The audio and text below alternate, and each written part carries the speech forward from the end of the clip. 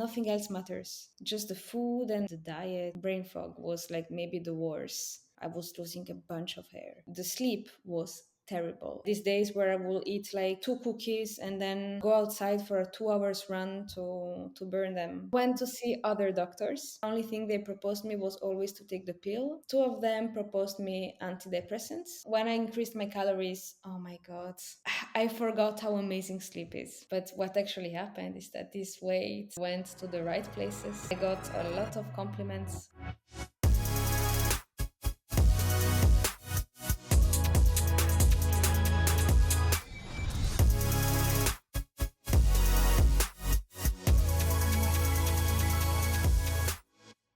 Hello and welcome to the Art of Health podcast, where we dive deep into the art of unlocking your true potential and transforming your health, aesthetics, and performance. Today, I have my first guest on this English podcast version. Just for your information, I also had a German The Art of Health podcast, and the episodes are still available for you if you want to tune in and listen to them. I had solo episodes, but also lots of interviews there.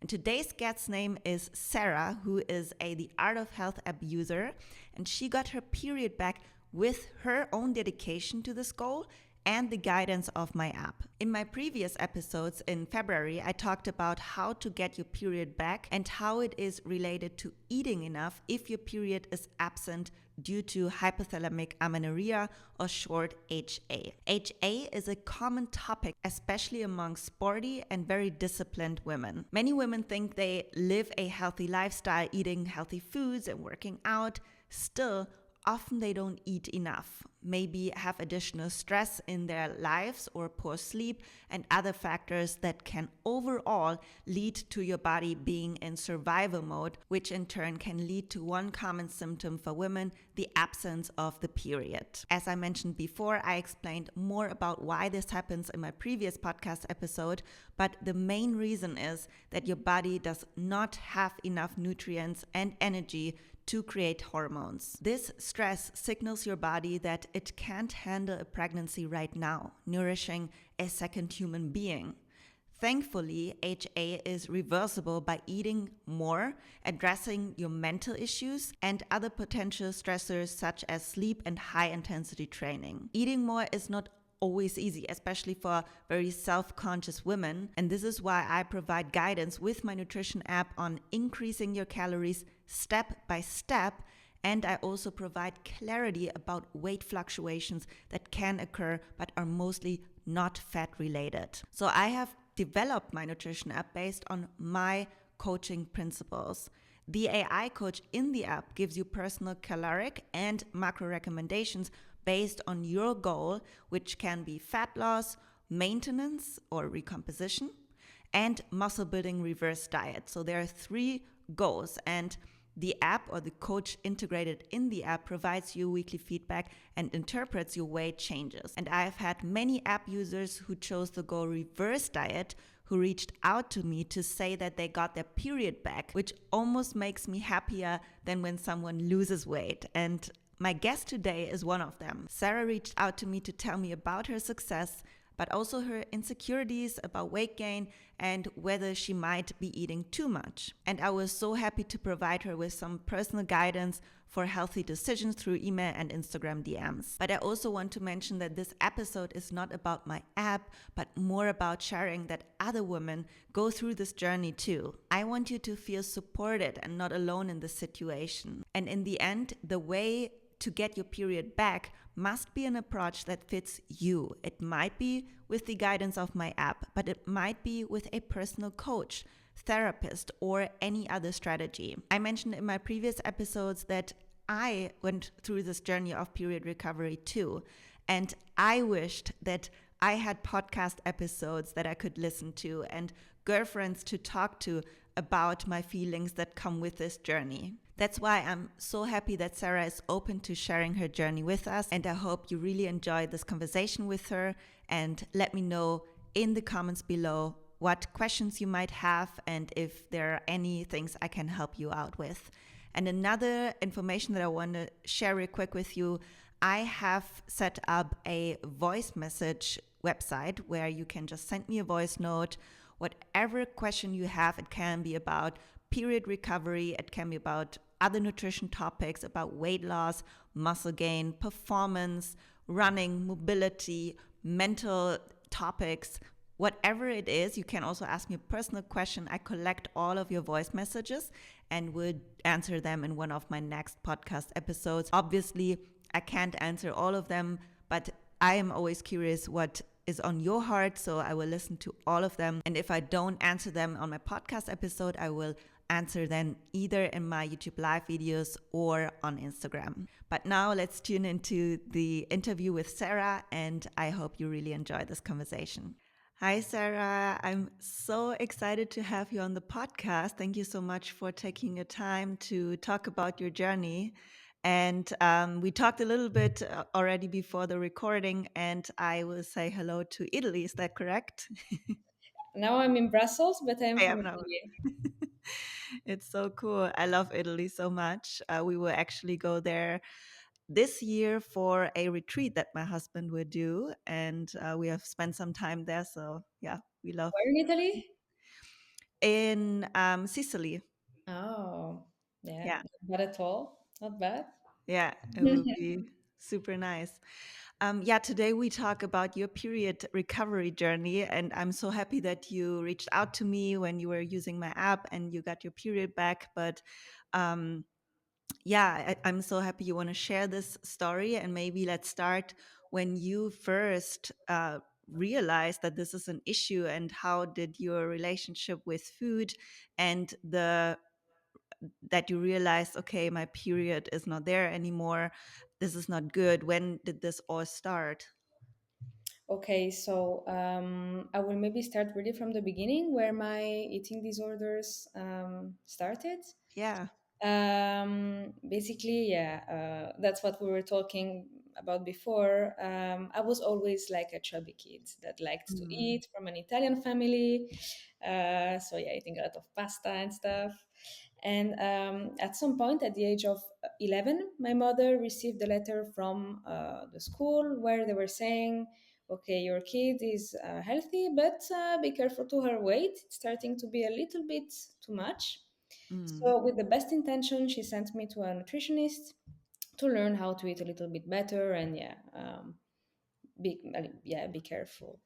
And the first thing that this nutritionist told me was to cut out completely carbs, be very careful with the oil. I was not allowed to have a sandwich at school anymore. I could only eat salad with very lean proteins. Um, so yeah, I basically grew up with this misconception of uh, eating only salad and chicken. um, and then, yeah, at the age of 15, I started being more on social media. I started comparing myself even more um, to the other people. I received also at school some remarks about my body. Mm. Um, and so I ended up restricting and restricting and restricting, which caused me to eat barely 1,000 calories for 10 years. Uh, It's crazy. And I just want to ask you, how old were you again when you received the letter from the nutritionist? 11. I was 11, yeah.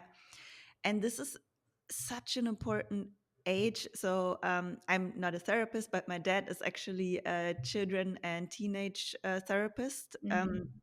And he always talks about how this age you can get things very fast wrong, of course, because you're right before puberty. And when you're just realizing your body and maybe get in compare mode, and when then somebody says something like this to you, which is accurate for an obese person that's Mhm. maybe an adult but not for a child that just has a little bit maybe too many sweets or so, this is just can distort your whole relationship with food. And I wish I always talk with my husband about it or other people. I wish in schools they would do a better job of educating the people also with body image and all that comes to it. So yeah, crazy that this already started with 11. It's very interesting what you're saying because actually I think that at that age there was also something behind because okay, I was eating a little too much probably, but I think I was also compensating maybe something. I was raised alone with my mother. At that time, my father was far away. Yeah. I wasn't seeing him a lot. Um, and so, for example, I had these behaviors where I was going in the kitchen and stealing sugar just to eat it like this. And I think it was a coping mechanism. Yeah. And instead of telling me to follow a very rigid diet, I would have preferred to, yeah, maybe to ask a little bit more about how I was doing inside. Yeah. And that would have maybe changed a lot of things. Definitely. And how did your mom react when you received this advice? My mother was working a lot. Mm, She had, and she was not the most emotional person, yeah. even though she gave me a lot. And this is something I cannot say that she was a bad mother or anything. Yeah. But I think she was more in this um, robotic mode where okay, now we know what we have to do, we do it. And she applied straight away the diet. Yeah. um, and I think she was also quite worried that I would feel uncomfortable in my body because I started Mm, asking her, oh mom, but am I really so fat? So she wanted to mm, solve it as fast as possible. And yeah, she applied the diet without asking herself too many questions. mm. She was raising me alone, and yeah, I can understand that she didn't maybe take the time to really go in deeper. Yeah, of course. I mean, the parents don't know it better, right? They weren't educated, especially this generation is Yeah. they have no idea, and you can't take it in a bad way. But of course, it's okay to say, "Hey, I wish somebody would have asked me more for my feelings in that time." And it's impressive how food can, yeah, be Mhm. intertwined with the emotions. Yeah. Okay, and then when you started, yeah, being very rigid with your calories, especially, did you track your calories? I remember that during school, that during classes, I was writing down on a paper. I was not using my phone at the time as I use it today. There were not, I don't think these tracking apps existed yet. Mm, Yeah, 10 years ago, I don't know. So I was writing on paper all the calories I was eating. Um, and then, of course, I was compensating the restriction. I've never been bulimic, mm, but I was still having this, yeah, these days where I will eat like two cookies and then go outside for a 2 hours run to burn them. yeah. So yeah, I was in this yo-yo struggle for a long time.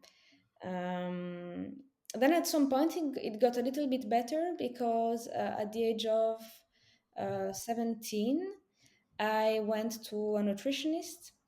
I was walking down the road and I saw the name of this nutritionist, Laura, which she made an incredible work with me. She helped me so much. So I went there with the purpose to lose weight, and I was already a Mhm. little bit underweight. And she didn't tell me anything like, "Oh, you don't need to lose weight. Like you don't have to come here." She really listened to me, and in an indirect way, she taught me how to feed my body in a healthy way. Mm, But the problem is that 6 months later, because I was born in Luxembourg, so this is where I met her, and then 6 months later, I came to Belgium for my studies, and so we had to interrupt the follow coaching. up. And Mm, when I arrived in Belgium again, this is where the emotional part plays a role. Um, I came here alone. I didn't have a lot of friends. I started university. I was very stressed. So I basically, yeah, started again compensating with restriction and a lot of exercise. When you started eating these 1000 calories and made the notes to hit the 1000 calories, where did this number come from to eat 1000 calories? Um, I cannot really give you an answer. I don't know. Maybe I think that I calculated it from a diet I found on the internet. Mm, So I summed up a little bit the total calories to have an idea. mm, It was, I think, an Atkins diet hmm. because I followed, of course, an Atkins diet. That's really the starter pack of eating disorders. I don't know if I can say it on camera, but Yeah, you can say anything. for me, it's super, yeah. And yeah, I think it was a little bit the maximum amount I had in my mind to stay thin. Um, Mm, and again, I think at that time I was also doing only cardio because there was still this idea, and it's still present today, that muscle training will make you bulky and will make you big. So I was very scared of it. Also mm, because I tend to store more in my legs, so I was, yeah, extremely scared of lifting any weights. So I bought a treadmill and I was basically only running every day. Um, mm. yeah. All right. Yeah, that's crazy. I mean, the Atkins diet is not the only one. We could name a bunch of diets that just prescribe these calories, and it's just bullshit. And you can't say it on camera. I don't need to hide it. It's um, many calorie recommendation apps are just, yeah, giving people too little calories because there's no control. They don't even know, it's not individualized, and it's hard to individualize a program. But what people know, if you eat 1200 calories, most people lose weight, so it's easy to sell a program like this. Hmm. That's the danger with just doing these extreme diets or something that's promised in 30 days or something like this. And yeah, unfortunately, most people are not educated about what happens with the metabolism because it is reversible, but it's a long journey that you had to deal with. And then you notice it first through maybe fatigue, hair loss, and the loss of the period. So, yeah, when did you realize that your period was absent? So actually, my period stayed surprisingly Mm, until May 2022. What mm, happened in May 2022 is that I went through a breakup, and again, mm, emotions. I had to move from my place. I had a lot of changes in work. I yeah. work in the healthcare, so there is a lot of stress also in this Mm, domain. um, and I think, yeah, again I started compensating even more with running and barely eating anything. Like, it was not only carbs. There I was really in a weird state where I was not feeling hunger anymore. Maybe mm, during the night it was waking me up. um, and yeah, I went quite very extreme, and in a month my period had completely disappeared. And at first, I'm not gonna lie, I didn't really care. I was like, oh, yeah. okay, that's better for me. And Yeah. the unhealthy part of my mind was telling me, oh, look, you're eating so little that you even lost your period. Mm, And there was also a little, it's crazy to say it now, but I think I was also a little proud of it in a way. mm, yeah. Uh, yeah, yeah, yeah. And so for, I think, 2 3 months. Sorry, there is my coffee machine during. Now I want a coffee when I hear. Yeah. So yeah, I was saying for 2 3 months. Yeah, I didn't care, but then the symptoms started coming. Mm, um, the sleep was terrible. I was waking up, I think, 7 8 times per night. yeah. I was waking up at 4 5 with so much energy. Mm, And then I had these big crashes during the day. And working full time, it's a big problem because I also I need to use my mind, and during work it was, yeah, terrible. I was, okay, this is less glamour details, but I was completely dry. Mm. I had zero discharge, very, yeah, very low energy, or weird energy fluctuations, very brittle nails, hair. I was losing a bunch of hair. Like in my shower, I always had to, when it gets, yeah. Mm. Um, what else? Brain fog. Brain fog was like maybe the worst. Yeah. So yeah, then I started asking myself some questions. Yeah, also hair on my back. That was not very. This is why it was also confusing for the doctors, because at first they thought I had PCOS because I was Mm. eating, which was absolutely not the case. Doctors, oh my God. This is also a part I want to speak about because there is a lot to say about the medical system and amenorrhea. I know, yeah, yeah, yeah. No, these are the first signs that you describe that your body's in full survival mode. Just for everybody that listens, when you wake up in the night, the body is releasing cortisol and adrenaline to make you hunt for food. And it's not because you have so much energy that you wake up, it's just because it is a survival mode. Things like now or we die. And yeah, then of course it will have a huge up and down curve throughout the day, which is no surprise. And then when there is no energy available, it focuses only on keeping your heart alive, breathing, and the rest needs to just suffer. So there is no energy left for creating hormones or letting your hair grow. So this is the first stuff that's not necessary to survive that will just yeah, fall out, or yeah, your nails won't grow nice. Just as a little side note. Yeah, so then you went to the doctor. Was that the first time you went to a women's doctor because of it? Um, yes, because wait, I saw so many doctors. So the first doctor I went to see was a gynecologist, Mm. and we she made a big battery of tests to be sure that it was not related, because I think there is, yeah, a very a protocol to follow to see if you don't have a pituitary a tumor in your brain. Mm. So I had to make a scan. Then I had to take progesterone for 10 days to see if I would bleed, and I didn't bleed.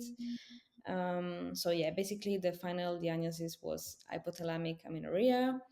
And the only answer I got was that I had to eat more and train less, and probably, yeah, take the time and wait if it will come back.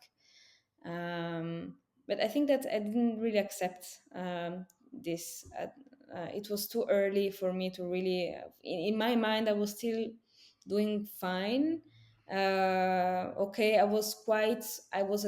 I could agree with the idea of eating more, but for me, it didn't justify the absence of my period. So I went to see other doctors. Mm.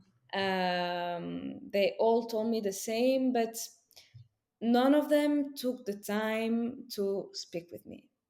It Mm. was, I think, yeah, I always had this shame. Yeah, I was feeling ashamed in front of them. I was feeling very guilty. Mm. Um, yeah, there was no, I didn't feel any empathy. And the only thing they proposed me was always to take the pill. Um, I also have to say this, but two of them proposed me antidepressants. Oh Uh, wow. yeah, and I am not the only one. I heard a lot of girls that had the same type of feedback. And for me, this is really a shame. Yeah. Uh, It's, I can't it's even say shame anything. because okay, I work in psychiatry, and I know what are these type of molecules. I know what it takes to stop this kind of treatment. I'm not saying it's bad. I think it's very important for some people, but it's not something you can propose with Yeah. no elements to Yeah. justify this kind of medication. Um, So, and also I was already feeling very guilty of what I was going through, and when I Mm, was getting this kind of feedback, I was feeling like something, I was wrong, just that I mm. was wrong, that I was mentally ill, and that this was probably the only solution to relieve my symptoms. Yeah. Did you hope that it was something else than the food that you need to change? Yes, of course. Yeah. I was extremely scared, to raise my calories, because I knew that the body I had at that time was not my body. I knew that the only way to keep it was to be extreme, and Mm, that anything a little bit more healthy will, take it away from me. yeah. It was like my trophy that I wanted to keep as Yeah. much as possible. And I was, yeah, at that time I was ready to even go through these horrible symptoms, Mm, to keep it. And that's where, because we spoke about the primary symptoms, but then you have mm, also these, secondary symptoms where you start, ruining your relationships. You don't go yeah. out anymore. Yeah. You don't consider you. I think it may be a little bit selfish in a way. Not that I want to blame myself or anything, but Yeah. it also changed a little bit my personality, and made, brought other people around me to suffer from it, Yeah. for sure. Yeah. And you're not alone with that. I mean, your case is pretty extreme, and there are others that will relate to it. There are others that have it maybe a little less extreme, but this symptom or the effect of pulling yourself out of social environments is very common. And I can speak about myself when I was in bodybuilding, where you are on a diet to have like 4 or 5% body fat on stage. You don't want to go out eating. You don't want to see everybody eating. You also don't want to socialize because you have no energy left. And it's in my case, of course, I chose to do the sport and everything. I'm very aware of it, but there are so many that are not aware that food has the most impact on your social environment, on your health, well-being, and the mental side of it. And yeah, so it's not surprising, and it's you turn into a little bit egoistic Mm-hmm. position, not person, but it's a character trait that builds up. And it's no surprise because survival mode makes so much with you mentally. And you don't need to be ashamed for it. It's just the result. And it's for everybody that's listening, when you are pulling yourself out of social environments for eating because you think maybe you can't eat the things, or you don't know what to eat, or you're afraid of it, that's already a sign that there is something going on. Yes, and, yeah, I remember I was coming back home from work, and my boyfriend prepared me a very nice dinner, and the first thing I will say is, "Oh, did you put rice in it?" You see, this kind of behavior where it's not that you want to harm the other person, you don't see it at that, Mm, as you say, it's like a survival, yeah, this kind of survival behavior where, nothing matters, nothing else matters, uh, mm. just the food, and yeah, the diet, so voilà. Wow, yeah. It's crazy how you then had a big shifting moment, obviously. So you had your coach, but then went into kind of a yeah, low phase again because of your studies and being alone a little bit in a new city. And then what happened then for you to make the change after several doctor visits? I started looking for, some different answers than the doctors Mm, on, social media. mm, And, it started opening a little bit more my eyes to realize, how, bad it was for my body. I've learned about, the bone density and all the other, yeah, the risk for fertility. I don't know if it's completely proven, but it's still scared me. um, and other very bad consequences it could have also in the brain. And yeah, basically I started getting more interested medical wise, what were the consequences of amenorrhea. mm, um, I've also started to listen to a lot of podcasts and other girls' experiences. So I think that I was slowly getting convinced to find some solutions. Mm. But there was something disturbing me and really holding me back from the idea of recovery. And I will speak with my personal experience. I'm not saying that this is bad, but it was that most of the podcasts I was listening to were really pushing to do an all-in diet, not diet, but approach, Mm. where basically they will just drop all the exercise, basically not move from their couch, and eat without restriction, gaining like 20 kilos, and yeah, going from one extreme to the other. And I'm not saying this again, it's a bad thing. I'm just speaking for myself. That was really not the right thing. Yeah, it basically holded me back Yeah. from trying something out to be healthy again. Yeah. I was really thinking, okay, if I have to be unhealthy the way I'm now or unhealthy on the other extreme, I prefer to stay where I am now. Mm. Yeah. Yeah, exactly. That's actually a the second most question in period recovery topics that I get. Do I need to stop exercising, and do I need to eat like everything that crosses my way?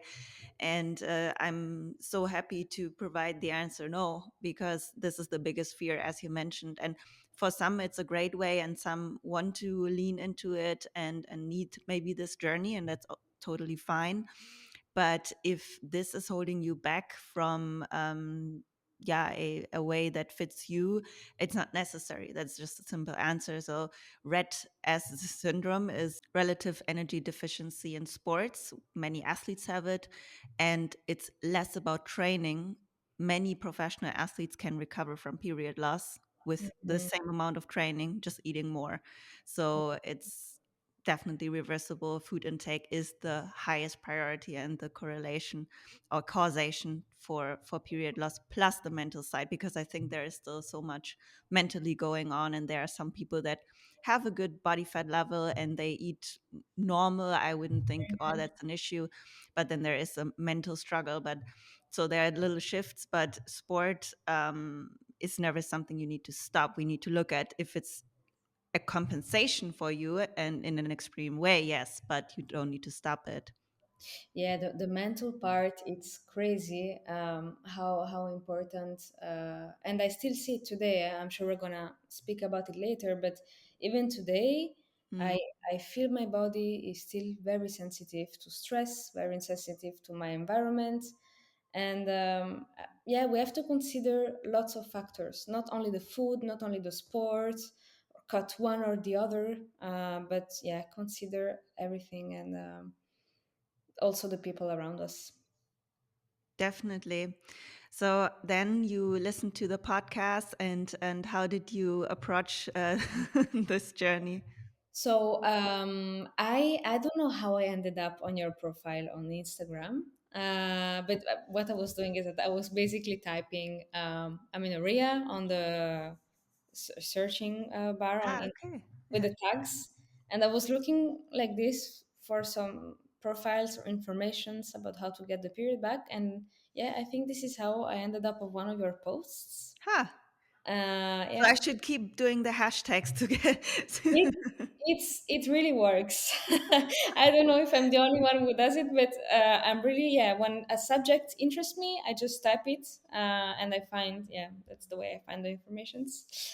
And I was very intrigued because I also loved the way you were giving importance to mobility, which was a big changer, really, for my CNS. Yeah. It was incredible when, because we're gonna speak about it. But I started following. I bought one of your programs, um, which had 5 phases, And there was a lot of mobility in it, and Yeah. that was really, yeah, a game changer for my mental health. Nice. But I when I found your Instagram account, I typed your name on Google to see a little bit who was Marie, and I found another podcast you registered with I don't remember who, but it was basically about amenorrhea. And Yes. Was it in German? Must be in German, I guess. no, it was not in German, it was in English. Ah, okay. And I found it on Google, an hour long podcast where you were invited to speak about this topic. Ah, okay. Yeah, I was one time at the Wild AI app invited. I talked about it. I need to search for it, but okay. Yeah, nice that you found it. Yeah, and I found it super interesting. Yeah. And I was like, oh my God, wow, for the first time, here is somebody speaking about amenorrhea without going to an extreme approach. Um, so yeah, that's how I was convinced it could happen, and that's where I decided to follow your type of training and uh, download your app, um, which was very funny because I've started your program, and I also started the body recomposition goal Mm, to do the reverse diet on the Art of Health app. Maybe you will mm. explain it a bit better. But I wanted to start with, I think, 1,200 calories. And in your app, it was like, you start with 1,006, 1,006. I cannot say it. 1,600 calories? Yes, 6,650. 1,650? Yes. Ah, yeah, yeah. And I was like, okay, I guess I have no choice. And so this is how I started the journey. And really, when I started with these calories, nothing happened.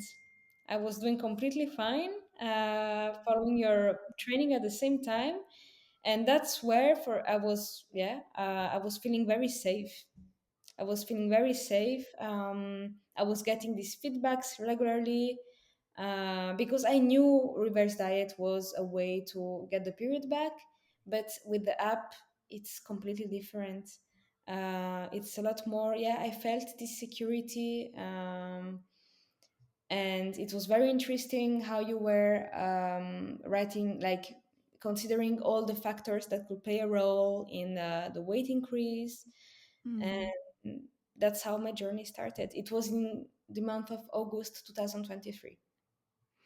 I'm so glad to hear that you say you felt secure, because this was my purpose, that you feel guided, that you don't have these insecurities around how much should I eat, how many calories should I increase, and how. But then your own willingness is so important too. So you were ready to do it, and I'm so proud of you for doing this. That you said, okay, 1,650 from your 1,000 calories. How did you then had this mindset shift that you could do it? Um, I don't know what really triggered it. I think I've spent a lot of time on your page, and I really had to convince myself, like, okay, this girl went through the same. She probably did the same thing you're doing now. Just, I think I've really reached a point where I was so desperate, where I had nothing to lose. I had Mm, nothing to lose, and I was telling myself, okay, worst case scenario, even if I gain like a bunch of weight all at once, I mm, can also shift back. I can yeah, always shift back. So yeah. I think it was more this, that I had nothing to lose. And I think I've listened to the podcast I was telling you about um, 2 or 3 times. And then I was like, okay, let's go. But what really kept me motivated is to see that my body was changing in a positive way.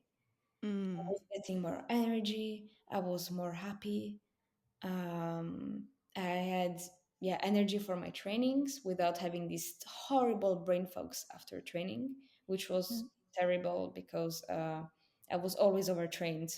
And I Yeah. was not overtraining, but my reaction was like I was overtrained. Mm. Um, it was, yeah, proving myself that it was working. And I was also very excited to do the checkups, weekly checkups. That Yeah. was really something I was looking forward to every week. It was a goal I had every week. It was giving, maybe it's weird to say it this way, but it gave a sense and a Mm. purpose to what I was doing. Yeah. Um, yeah, so it was. I remember also at that time I was struggling also a little bit financially, and it was a, such a nice way to afford myself a follow up Mm. without feeling completely alone in this journey. Mm. Um, and yeah, I was even more surprised when I sent you this message on Instagram to actually get an answer, because I tried to reach out a lot of girls with HA on Instagram, and I never got an answer back, or they were just proposing me to buy their programs.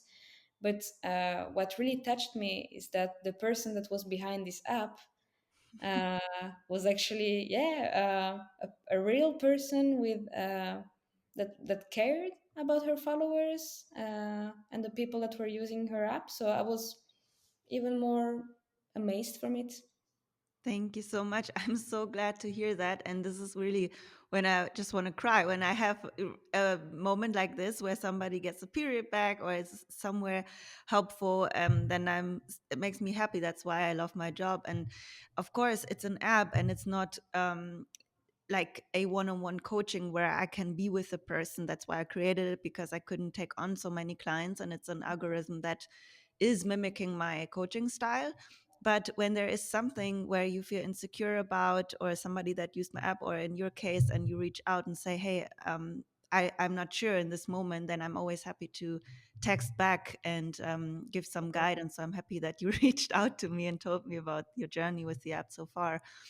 Um, when you were weighing yourself, because that's for many women a trigger too, which is part of using my app, because it uses the data for the recommendations. And I think if this is too much of a trigger for somebody out there, then you shouldn't do tracking calories or weighing yourself. But for some, it works really well. But how did you deal with it, stepping on scale? And yeah, how was it? At the beginning, it was very hard. At Yeah, the beginning, it was hard because I was still yeah, I was freaking out for 200 grams on the scale. yeah. Um, but uh, what was also very interesting were these graphs where you could see the trend. And Hmm. it also brought me to understand the weight fluctuations, because you can, of course, avoid and not weight yourself at all. And for some people, it's the best approach, I understand. But maybe what is very interesting is also to go through your this big insecurity Yeah. and understand it. Yes, This exactly. is where I could really solve my fear of the scale. Now I can weight myself without any problem. Sometimes I'm 1, 2, 3 pounds heavier.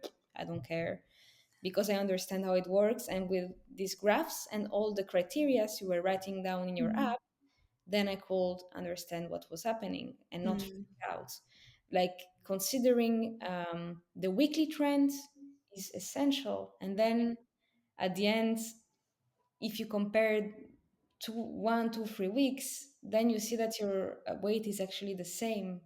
Yeah. Might not be the same every day, but if you calculate the average, it's the same. So yeah, all this understanding was essential in my Mm. recovery, I think. And okay, to be completely honest, I had to gain a little bit of weight, Yeah. because I'm not going to give any percentage, but I Yeah. was extremely low in body fat percentage. Yeah. And but what actually happened is that this weight went to the right places.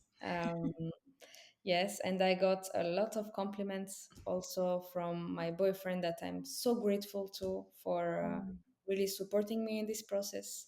And there is also something very important in this, is that getting closer to your it's okay, my English is not perfect, so I'm going to use very simple words, but close to your feminine Mhm. part, Yeah. and embrace your Yeah. femininity.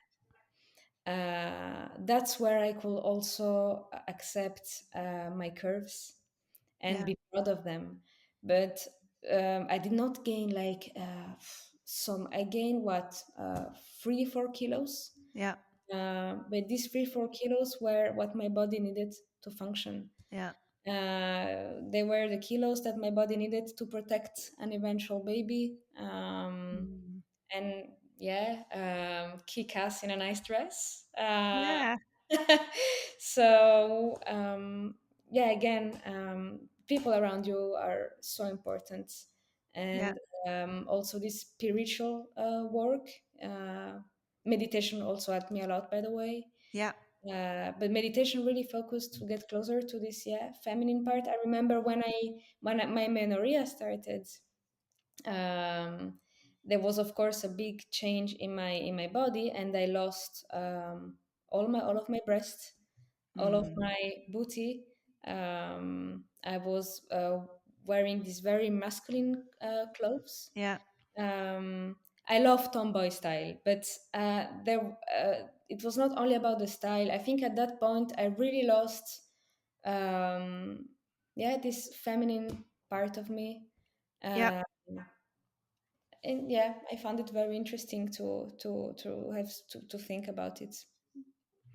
Exactly. And it's so important that you say that with the feminine part, you can do so much with meditation. And you said it perfectly in English, I think, to connect more with the feminine side of you, because we can get, especially when we're sporty and maybe high achievers in jobs and whatever comes with it, it's oftentimes a similar personality type, and that makes us very hard and more masculine. Mhm. And we all have masculine and feminine sides in us, and it's great to be structured and want to achieve a lot of things. But I think then, as long as it's not compensating something else, then yeah, it's so nice that we are women, and I can so much relate to your feelings that all of a sudden you think, hey, why am I avoiding my feminine side? I should embrace it. And then I think the body comes to a full harmony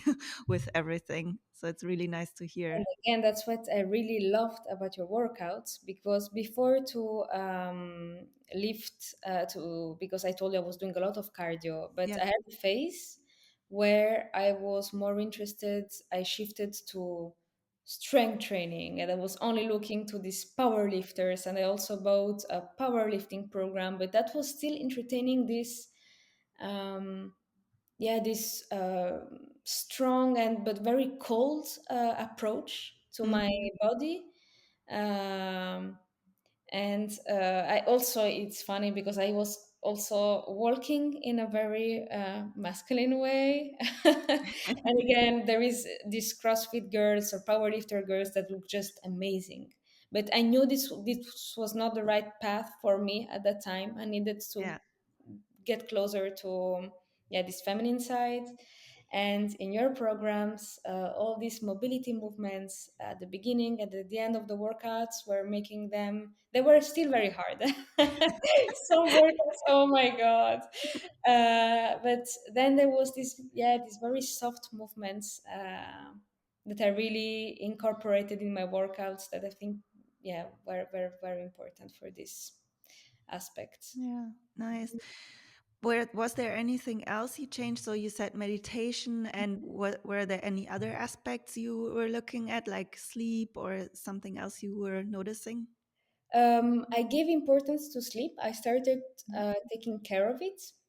Also, because in your app you were mentioning that sleep was a big criteria, and I was like, here we go again, sleep. And but well, it was hard because when I was under fueling, I could do anything. I really bought. I spent so much money in supplements. This is really Mm. something because it's also the perfect excuse to keep Yeah. under fueling.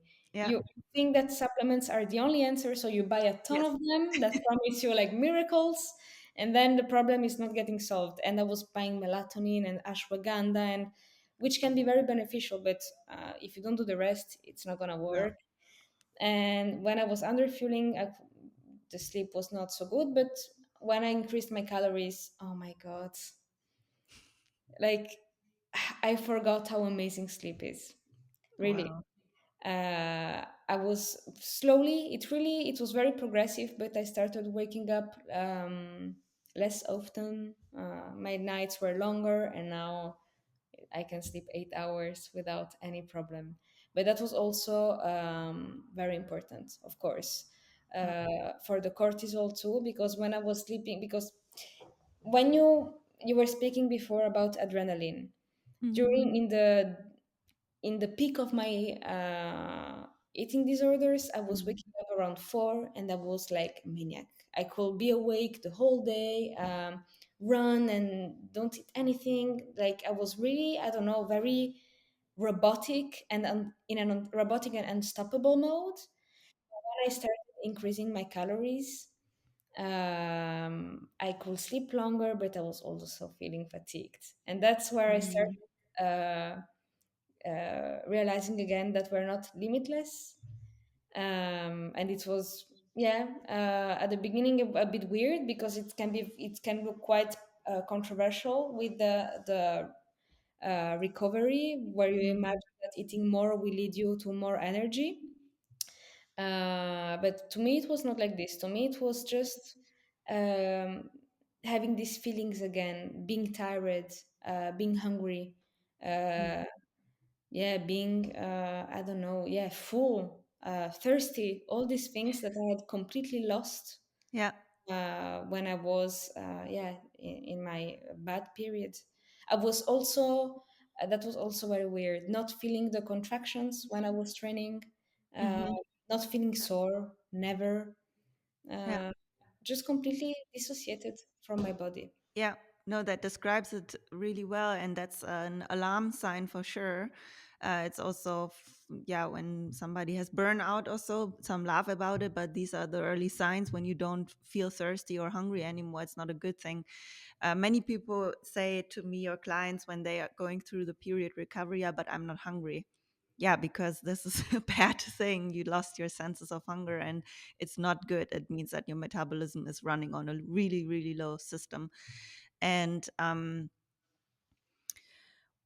of course, I want to prepare everybody. It's a great feeling. There come great feelings with it, as you described. You feel first more energetic, and you think, "Wow, this is so great!" And then you get your first period, and you achieve that, and you realize you can heal your body on your own. But there can also be down phases, and you told me a little bit earlier that sometimes you feel a fatigue after your training. Maybe you can describe the ups and downs that you face right now.